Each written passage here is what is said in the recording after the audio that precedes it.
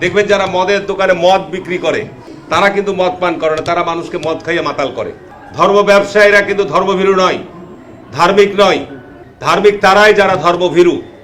অন্তর্বর্তীকালীন সরকারকে বলতে চাই যে নাটক বন্ধ করেন। আজকে বিএনপিকে কটাক্ষ করে, বিএনপিকে উদ্দেশ্য করে যারা বিভিন্ন ধরনের কথা বলতে চায়, আমি একটা কথা আপনাদেরকে স্মরণ করে দিতে চাই। দেখবেন যারা মদের দোকানে মদ বিক্রি করে তারা কিন্তু মদ পান করে না, তারা মানুষকে মদ খাইয়ে মাতাল করে।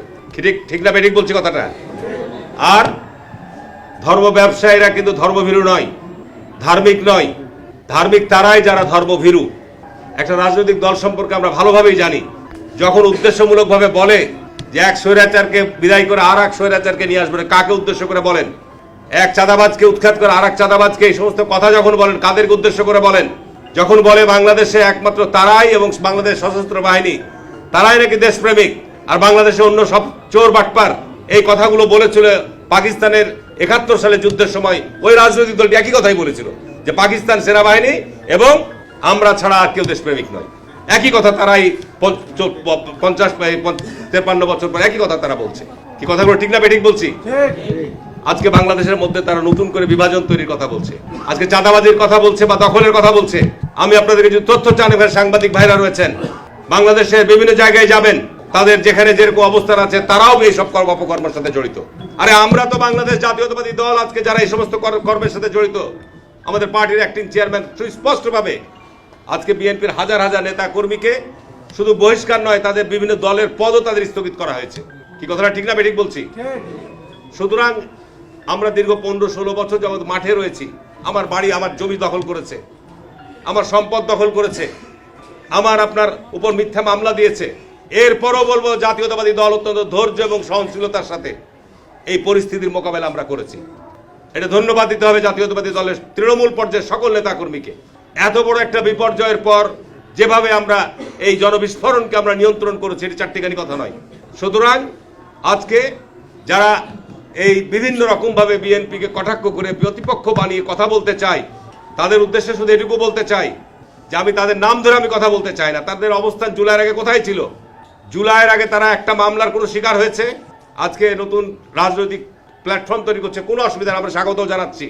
নতুন রাজনৈতিক বা বন্দোবস্তের কথা বলছে, কোনো অসুবিধা নাই। তাদের পিছনে জনমত আছে কিনা, তাদের পিছনে ছাত্র সমাজের সমর্থন আছে কিনা, এই বিষয়টি অত্যন্ত চিন্তার বিষয় রয়েছে। আজকে দেশের এই যে ষড়যন্ত্র চক্রান্ত হচ্ছে, এই জন্য আমাদের জাতীয়তাবাদী শক্তিকে আমি বলবো আরো ঐক্যবদ্ধভাবে এই ষড়যন্ত্র চক্রান্তের মোকাবেলার জন্য আমাদের প্রস্তুত থাকতে হবে। অন্তর্বর্তীকালীন সরকারকে বলতে চাই যে নাটক বন্ধ করেন। ৫ মাস পার হয়ে গেল দেশের, আমরা বারবার বলছি যে একটা নির্বাচন, অবাধ সুষ্ঠু শান্তিপূর্ণ নির্বাচনের আয়োজন করেন। নির্বাচনের মধ্য দিয়ে যতক্ষণ পর্যন্ত একটি নির্বাচিত সরকার না আসবে, আজকে দ্রব্যমূল্যের সংকট বলেন, যানজটের সংকট বলেন, এই যে আজকে প্রেস ক্লাবের সামনেই সিএনজিওয়ালারা ধর্মঘট আপনার রাস্তা অবরোধ করছে, আপনার আজকে অটো রিক্সা করে ঢাকা শহর ভরে গেছে, সারা জায়গায় এ ব্যাপারে আপনার রাজনৈতিক সিদ্ধান্ত নিয়ে কাজগুলো আপনার সমাধান করতে হবে। এরা পারবে না। কিন্তু আজকে যারা সংস্কারের কথা বলছেন, সংস্কার, মানুষ এত সংস্কার বুঝে না। মানুষ চায় শান্তি, নিরাপত্তা, মানুষ চায় পেটে আপনার ক্ষুধার নিবারণের জন্য অন্ন, মানুষ চায় তাদের কর্মসংস্থান। আর মানুষ যেটি চায়, গত ১৫ বছর এই যে ফ্যাসিবাদ যারা কায়েম করেছিল, পুলিশের প্রায় ১,০০০ লোক পুলিশ পালিয়ে গেছে। তারা যেহেতু সরাসরি বেআইনি কাজের সাথে জড়িত ছিল, পুলিশ যেহেতু এদেশের মানুষকে হত্যা করেছে, মিথ্যা মামলা দিয়েছে, তারা পালিয়ে গেছে। কিন্তু অন্যান্য সেক্টরের লোকরা কি পালিয়েছে? প্রশাসন, বিচার বিভাগের কিছু লোক, প্রধান বিচারপতি সহ কিছু লোক পালিয়েছিল, কিন্তু তারা এখনো বিদ্যমান রয়েছে। বিভিন্ন অফিস আদালতে এখনো বিদ্যমান রয়েছে। এই অন্তর্বর্তীকালীন সরকার কি সংস্কার করবেন? জাতির সামনে সুস্পষ্ট রূপরেখা দেন। একটা অবাধ সুষ্ঠু নিরপেক্ষ নির্বাচনের জন্য যেটুকু অগ্রাধিকার, সেটুকু আপনি ক্লিয়ার করেন। নির্বাচনে যদি আপনার মাইন্ড সেট আপ ঠিক থাকে, যারা রাষ্ট্রীয় ক্ষমতায় থাকবেন, এই পুলিশ প্রশাসন দিয়ে নির্বাচন অবাধ সুষ্ঠু করা সম্ভব। আর যদি আপনাদের মধ্যে কোনো অসৎ উদ্দেশ্য থাকে, তাহলে নির্বাচন সুষ্ঠু শান্তিপূর্ণ করা সম্ভব নয়। আমরা জাতীয়তাবাদী দলের পক্ষ থেকে ইয়ুথ ফোরামের পাশে আমরা আছি। আমরা শুধু এটুকু বলতে চাই, বাংলাদেশ জাতীয়তাবাদী দল, এদেশে জাতীয়তাবাদী শক্তি যে কোনো ষড়যন্ত্র রুখার জন্য প্রস্তুত আছে। আমরা অপেক্ষা করছি সরকারের কাছ থেকে ক্লিয়ার স্পষ্ট বক্তব্য জানতে চাই। যদি সরকার এই নির্বাচনের ব্যাপারে সুস্পষ্ট ঘোষণা এবং সুস্পষ্ট কোনো ব্যাখ্যা না দেয়, আমরা মনে করব যে একটা ষড়যন্ত্র চক্রান্ত এই সরকারের ভিতরেই রয়েছে।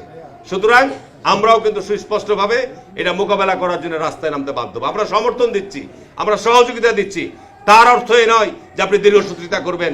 দেশের মানুষের অর্থনৈতিক সংকট বাড়বে, দেশের মানুষের সামাজিক সংকট বাড়বে, দেশের বিভিন্ন প্রাতিষ্ঠানিক সংকট বাড়বে, এটি আমরা কোনোভাবে বরদাস্ত করব না।